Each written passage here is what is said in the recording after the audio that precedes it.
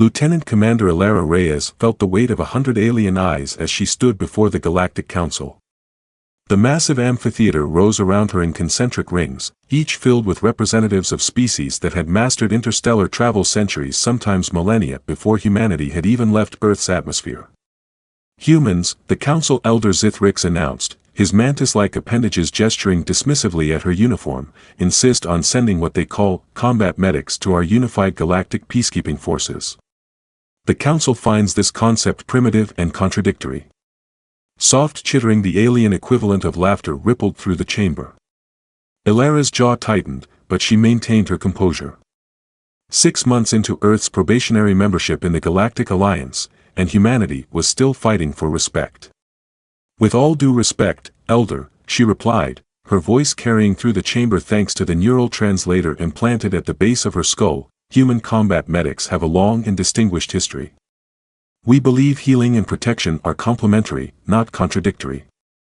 Elder Zithrix's compound eyes glimmered with what Elara had learned to recognize as condescension. "In civilized space, Dr. Commander, medical personnel remain safely aboard medical vessels. Warriors fight. Healers heal." The mixing of these roles reflects humanity's underdeveloped approach to galactic cooperation. More chittering. Some species didn't even bother hiding their derision. "The Council has voted," continued Zithrix. "Human combat medics will not be permitted in Alliance peacekeeping operations.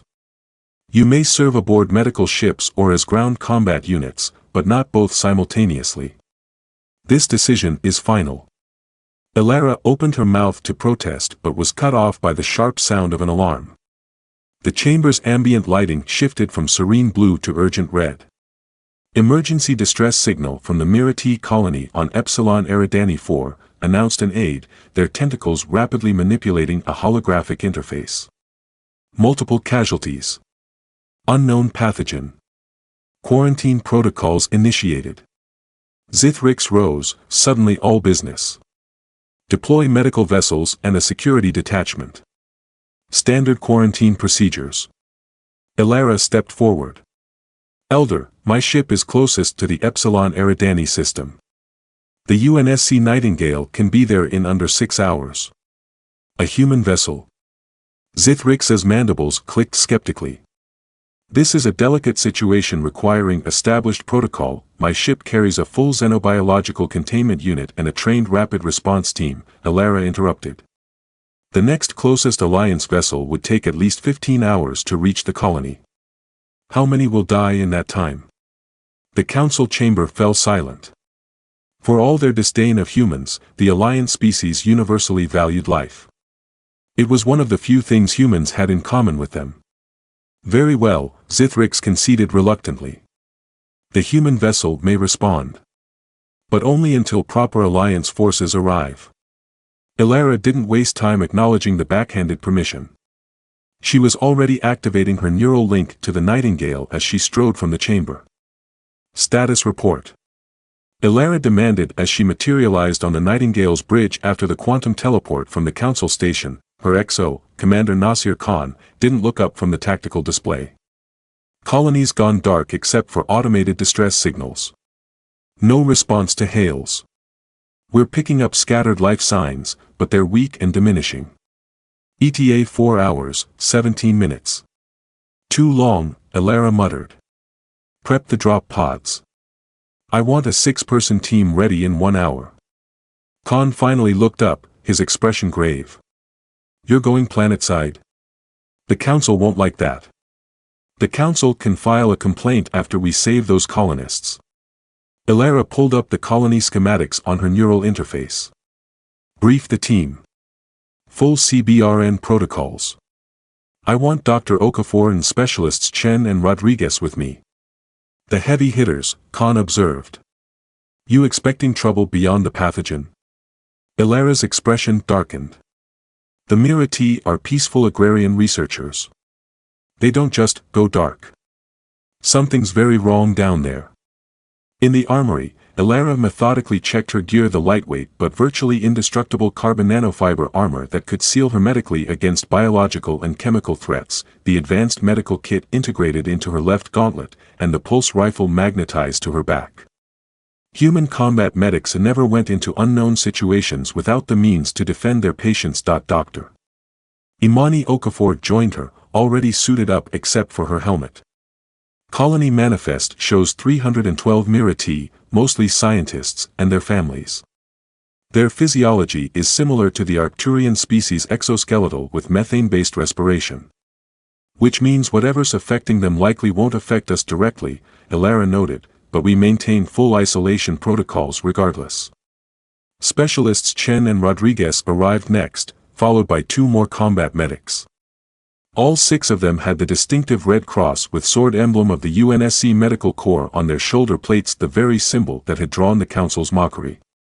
"We drop in 3 hours, Elara announced. "This is a search and rescue mission in potentially hostile territory with an unknown biological threat. We go in, stabilize survivors, establish quarantine, and hold until reinforcements arrive." "Just another Tuesday," quipped Rodriguez, but her eyes were serious behind her faceplate. None of them mentioned the Council's disdain or the fact that they were deliberately blurring the lines the aliens had tried to draw. They were combat medics. This was what they were trained for. As the Nightingale hurtled through hyperspace toward the stricken colony, Elara reviewed everything they knew about the Mira'thi and their research. Specialized in xenobotany, the insectoid species had established the colony 3 standard years ago to study Epsilon Eridani IV's unique flora. What were they working on specifically, she asked the ship's AI.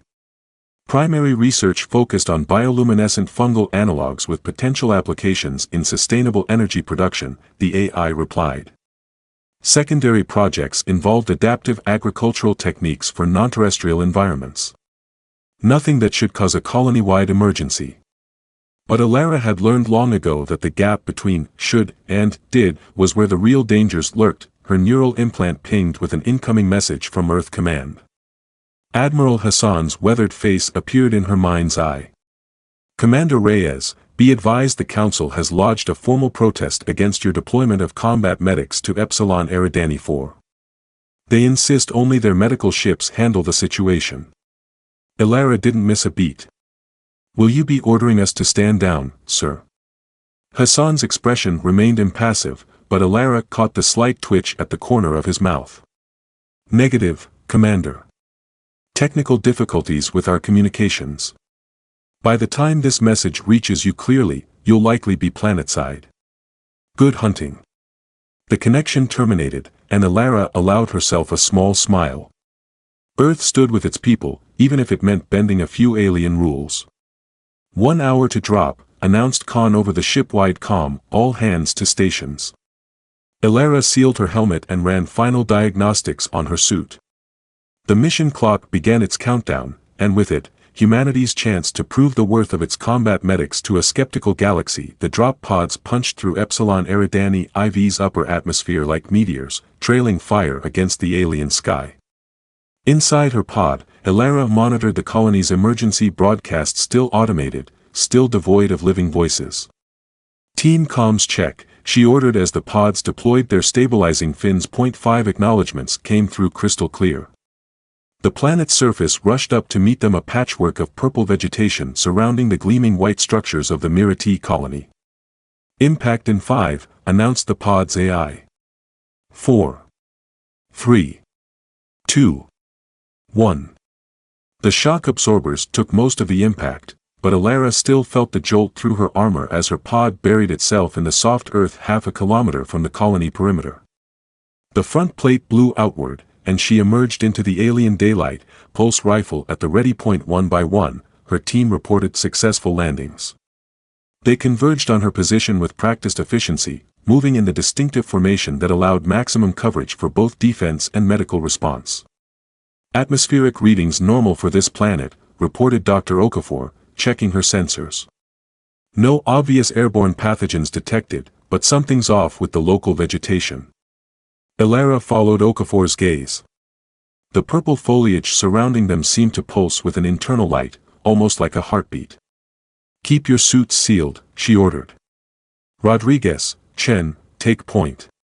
Okafor, you're with me. Mason and Petrov, guard R6. They moved toward the colony in silence, each scanning different spectrums through their enhanced visors. The colony itself was eerily still, its transparent dome intact, the airlock sealed. Still reading life signs inside, Chen reported. Faint but present. Concentrated in the central research facility. At the main airlock, they encountered their first obstacle. The Mira'thi security protocols had engaged, locking down the colony. I can override it, said Rodriguez, interfacing her gauntlet computer with the alien system. But it'll trigger alarms inside. Do it, Elara decided. If anyone's still functional in there, we want them to know help has arrived. The airlock cycled open with a hiss of escaping gas, the methane-rich atmosphere the Mira'thi preferred. Their suits automatically compensated, maintaining isolation while allowing them to operate in the alien environment. Inside, the silence was broken only by the soft beeping of abandoned equipment. The corridors were empty, but disturbing signs of a hasty evacuation were everywhere. Personal items scattered, doors left open, meal preparation interrupted mid-process. It's like they just left whatever they were doing, mumbled Petrov. Or were taken from it, Elara countered grimly. Stay sharp.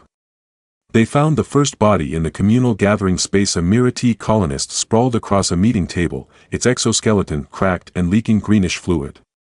But it wasn't the alien's death that chilled Elara, it was the cause. Something had grown through the Mira'thi's exoskeleton, thin, luminescent filaments that protruded from the joints and sensory organs, pulsing with the same rhythm as the plants outside. Fungal infection, Okafor whispered, scanning the corpse. But like nothing I've ever seen. It's integrated with the neural pathways. Is it contagious to us? Asked Mason, unconsciously taking a step back. Okafor shook her head. Unlikely given the physiological differences, but I wouldn't test that theory. Our suits should protect us regardless. They proceeded deeper into the colony, finding more bodies, some fully consumed by the luminescent growth, others only partially affected. All dead.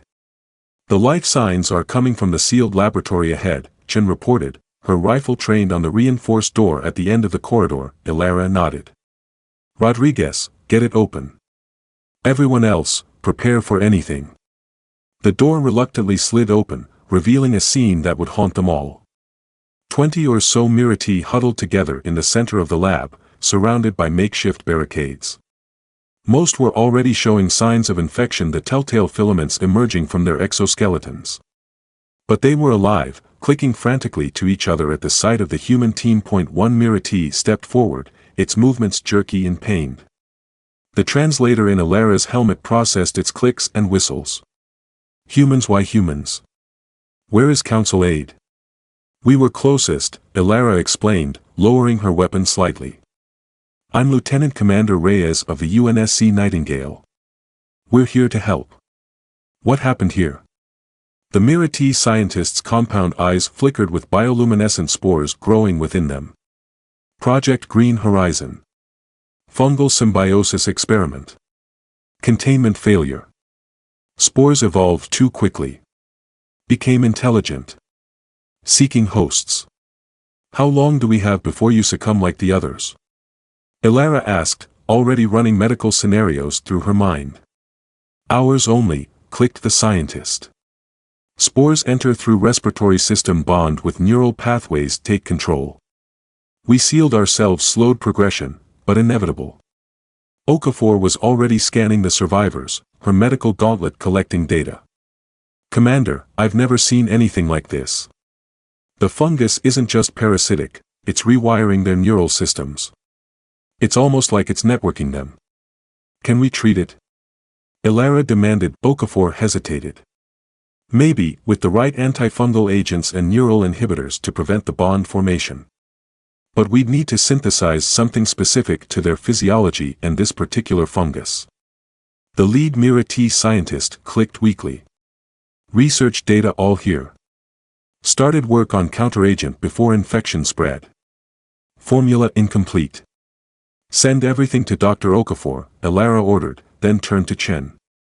Set up a defensive perimeter. Mason, Petrov, prep these survivors for emergency evacuation. Rodriguez, get me a secure channel to the Nightingale.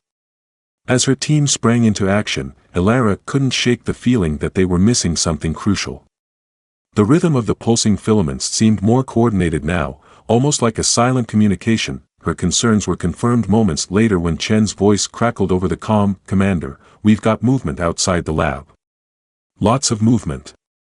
Elara joined her at the observation window and felt her blood run cold. Dozens of infected Mira'thi were shambling toward the laboratory, moving with unnatural coordination. The fungal filaments protruding from their bodies pulsed in perfect synchronization. It's controlling them, Elara realized. The fungus is using them as a networked organism. And it wants the rest of its colony back, added Rodriguez grimly. Checking her weapon, Elara made a split-second decision. Barricade that door. Okafor, you have 1 hour to synthesize something that will at least slow this infection. Everyone else, prepare for a fight. We hold this position until the Alliance ships arrive. As her team moved with practiced efficiency, Elara opened a channel to Khan on the Nightingale. "Commander, we've got a situation. Prepare for emergency evacuation and full quarantine protocols. And Khan, we're going to need more than medical ships for this one." The infected Mira'thi reached the laboratory door and began pounding in perfect rhythm, the sound echoing like a collective heartbeat through the sealed room. Elara readied her pulse rifle, standing between the survivors and whatever was trying to claim them. The council had laughed at human combat medics. They were about to learn why that had been a mistake. The pounding at the laboratory door grew more coordinated with each passing minute. What had started as random impacts had evolved into a methodical assault. 3 strikes, pause, 3 strikes repeated with machine-like precision. "They're testing for structural weaknesses," Chen observed, her rifle trained on the barricaded entrance. Elara nodded grimly. "This isn't mindless aggression. The fungal network is learning." Inside the lab, Dr. Okafor worked feverishly at the Mira'thi research station, her gauntlets interfacing with alien technology as she attempted to synthesize an antifungal agent. The surviving Mira'thi scientists assisted as best they could, though their deteriorating condition made their help increasingly erratic. "Talk to me, Doctor," Elara called over her shoulder, never taking her eyes off the door. "The fungus is unlike anything in our databases," Okafor replied, her voice tight with concentration. "It doesn't just invade the host, it integrates." The Mira'thi were experimenting with it as a potential symbiotic enhancement, something to help them adapt to non-methane atmospheres. "Clearly that backfired," muttered Rodriguez. "The irony," continued Okafor, "is that they were close to a breakthrough. The fungus can indeed form a beneficial relationship with a host, but only under strictly controlled conditions. When it escaped containment, it reverted to a more aggressive evolutionary strategy: total neural dominance." A particularly loud impact shook the door, sending fine particles of dust raining from the ceiling. "That door won't hold forever," warned Petrov, reinforcing the barricade with overturned lab equipment. Elara made a quick decision. "Mason, set up a triage area in the back of the lab. Petrov, find anything we can use as additional barricades or weapons. Chen, Rodriguez, you're with me on the front line." As the team repositioned, Elara accessed her neural link to the Nightingale. "Khan, status report. Alliance vessels have acknowledged our distress call," Khan's voice replied in her mind. "ETA 12 hours. Too long," Elara thought back. "We need extraction in 6 hours or less. These survivors won't last much longer." "Working on it, Commander. We've identified a landing zone for the shuttle, but there's increased biological activity around the colony perimeter. The fungal growth is spreading rapidly." "Understood. Keep the channel open and continue monitoring." Elara returned her full attention to the lab just as Okafor made a triumphant sound. "I've got something." The doctor held up a vial of luminescent blue liquid. "It's not a cure, but it should slow the neural integration process. Enough to buy us time for full treatment aboard the Nightingale." Hope flickered through the room as Okafor began administering the compound to the infected Mira'thi.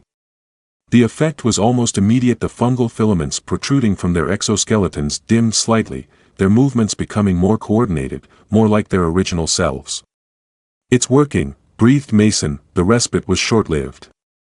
The pounding at the door suddenly ceased, replaced by an ominous silence.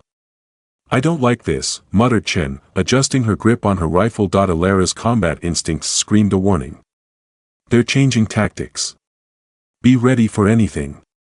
The warning came just in time. A new sound emerged, the hiss of something being sprayed against the sealed door.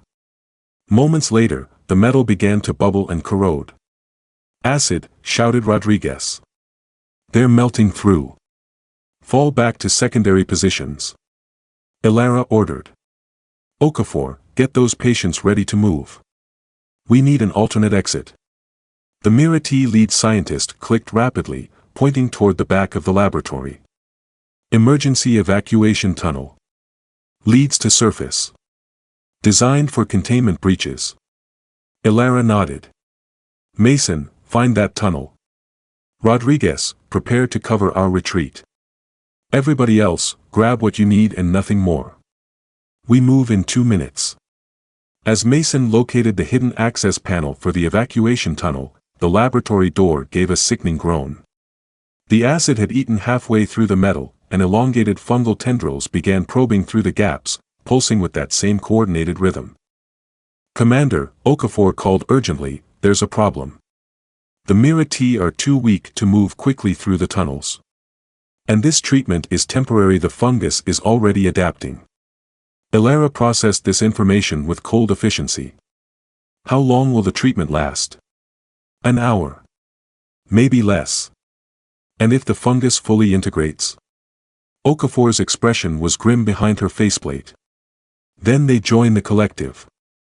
They'll no longer be individuals, just extensions of the fungal network. The door bulged inward, the barricade straining against the pressure from outside. They were out of time. New plan, Elara announced. Chen, Rodriguez, and I will hold them here. Okafor, Mason, and Petrov, get the survivors through the tunnel. Once you're clear, call for immediate extraction from the Nightingale. Commander, protested Okafor, that's a suicide mission. It's triage, Doctor, Elara replied calmly. We can't save everyone if we all die. 3 of us have a better chance of holding them off than rushing all together. Before anyone could argue further, the door gave way with a shriek of tearing metal. The first wave of infected Mira'thi surged through the breach, their bodies grotesquely transformed, fungal growths having replaced limbs and sensory organs, all pulsing in that eerie synchronization. Go. Now. Elara shouted, opening fire with her pulse rifle. The high-energy bolts caught the lead infected in the thorax, sending it tumbling backward into its companions. Chen and Rodriguez took up positions on either side of her, creating a kill zone at the narrow entrance.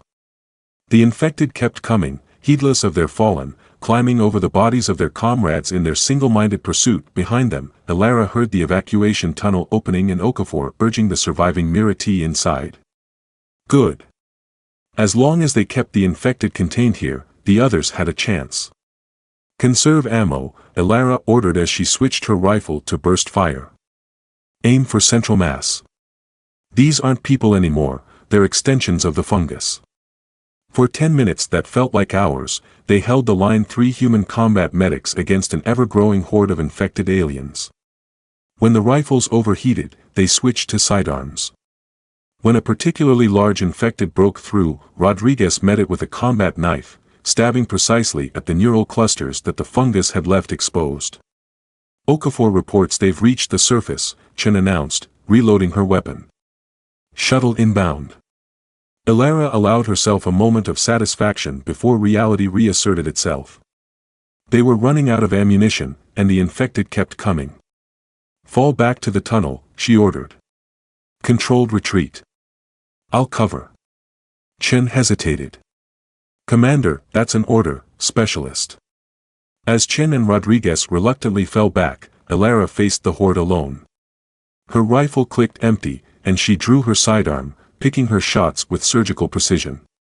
She had just reached the tunnel entrance when she felt something wrap around her ankle. A fungal tendril had snaked across the floor, unseen in the chaos. It yanked with surprising strength, sending her crashing to the ground.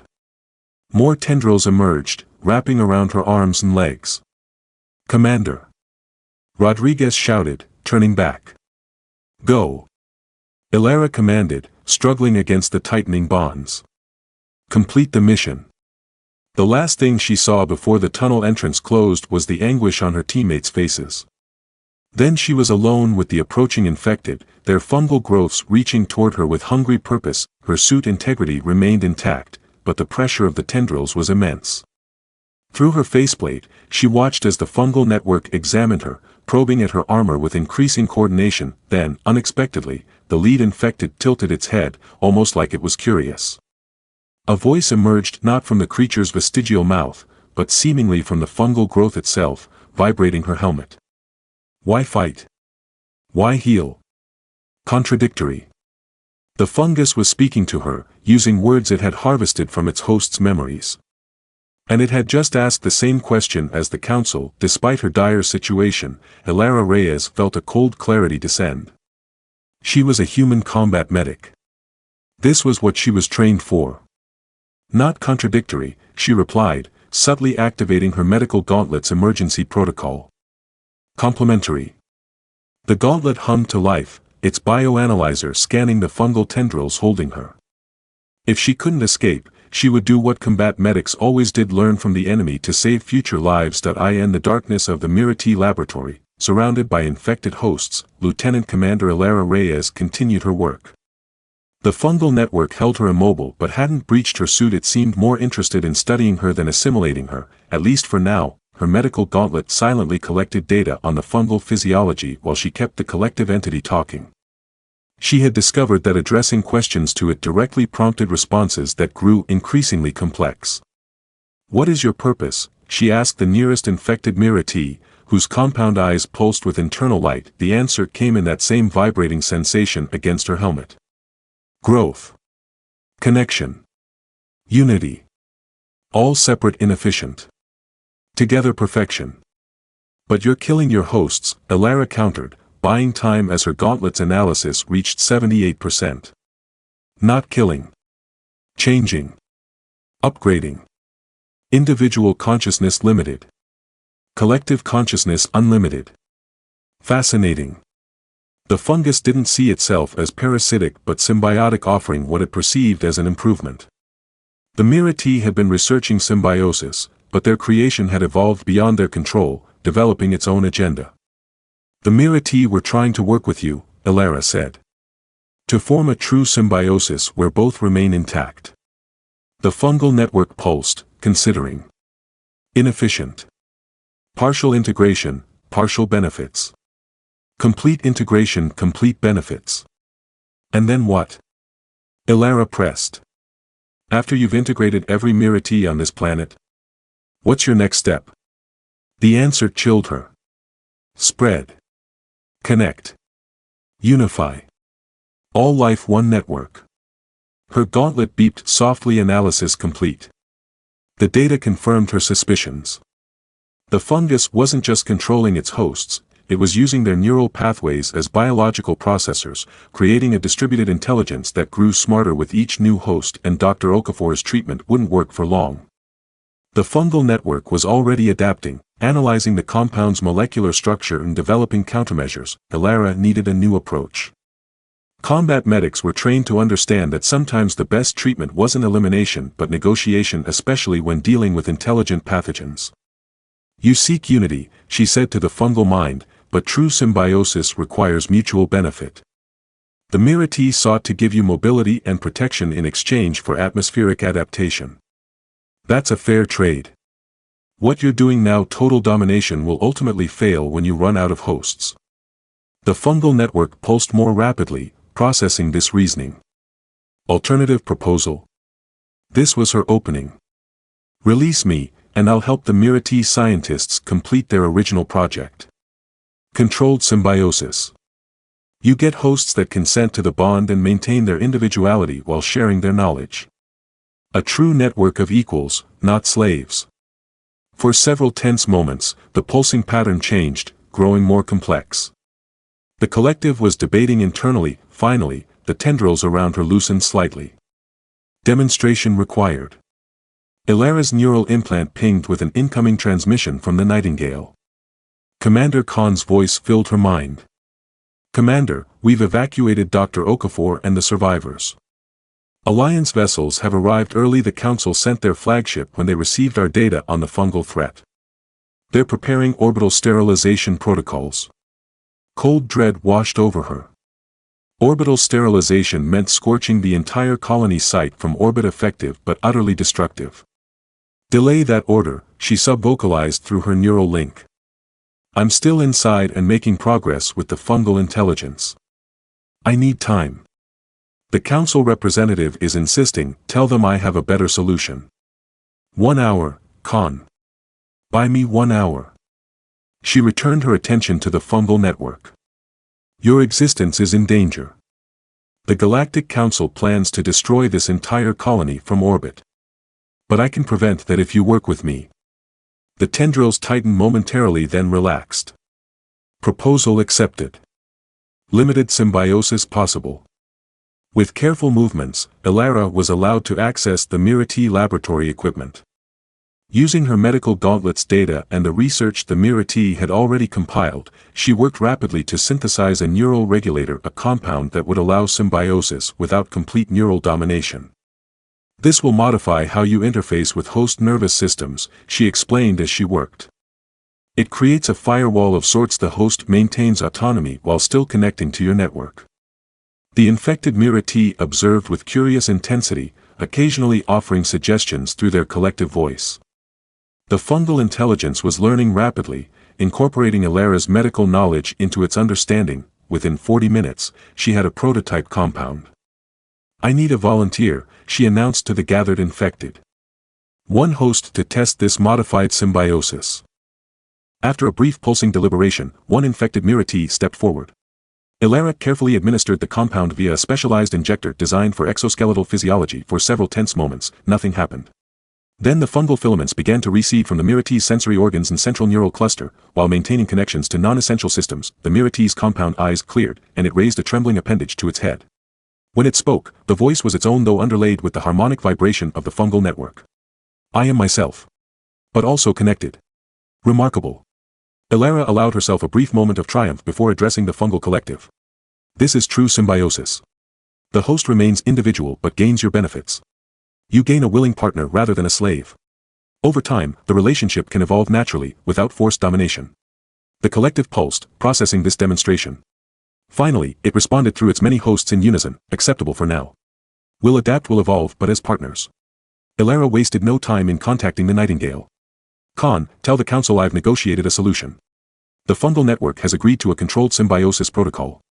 I'm transmitting the formula for a neural regulator that will allow infected Mira'thi to regain autonomy while maintaining a beneficial connection. The Council representatives are skeptical, Khan replied after a moment. Then get them down here to see for themselves, Elara said firmly. And remind them that orbital sterilization would destroy valuable research that could benefit the entire alliance. 3 days later, Elara stood once again before the Galactic Council, but the atmosphere couldn't have been more different. Instead of derision, she faced a chamber of attentive silence. Elder Zithrix addressed her formally. Lieutenant Commander Reyes, the Council has reviewed the Epsilon Eridani incident report. Your actions prevented both a pandemic-level outbreak and the loss of a valuable research colony. The Mira'thi representatives have expressed their profound gratitude. Elara nodded respectfully. I was simply performing my duties, Elder. Your duties, Zithrix repeated, mandibles clicking thoughtfully. As a combat medic. The term no longer carried mockery. Elara stood a little straighter. Yes, Elder. Human combat medics are trained to both heal and protect, to negotiate when possible and fight when necessary. On Epsilon Eridani 4, we did all of these things. Zithrix exchanged glances with the other council members before continuing. The council has reconsidered its position on human combat medics. Your unique approach, this integration of seemingly contradictory roles, has demonstrated unexpected value. The Mira'thi Fungal Collective specifically requested human medical personnel for ongoing monitoring. Elara couldn't quite suppress her surprise. The collective requested us specifically? Indeed. It stated that humans understand beneficial integration without domination. A concept the collective found illuminating. The implications weren't lost on Elara. Humanity, the newcomers to galactic society, had taught something valuable to both the ancient council and an emerging collective intelligence. Therefore, Zithrix continued, the council hereby reverses its previous ruling. Human combat medics will be permitted to serve in alliance peacekeeping operations in their traditional capacity. Furthermore, we request that the United Earth government establish a training program to share your methodologies with other Alliance species. The chamber, once filled with derisive chittering, now hummed with thoughtful discussion. Elara accepted the council's decision with a formal salute, hiding her satisfaction behind military discipline. As she exited the chamber, Admiral Hassan waited in the antechamber, a rare smile on his weathered face. Well done, Commander. You've opened a door for humanity in the Alliance that might have taken decades otherwise. Elara shook her head slightly. I was just doing my job, sir. That's precisely the point, Hassan replied. What seems contradictory to other species, our ability to heal and harm, to fight and save, is humanity's greatest strength. You showed them that apparent contradictions can be complementary. As they walked toward the docking bay where the Nightingale waited, Hassan added, the Council has already approved our proposal for a new medical research station at Epsilon Eridani. They want you to command it.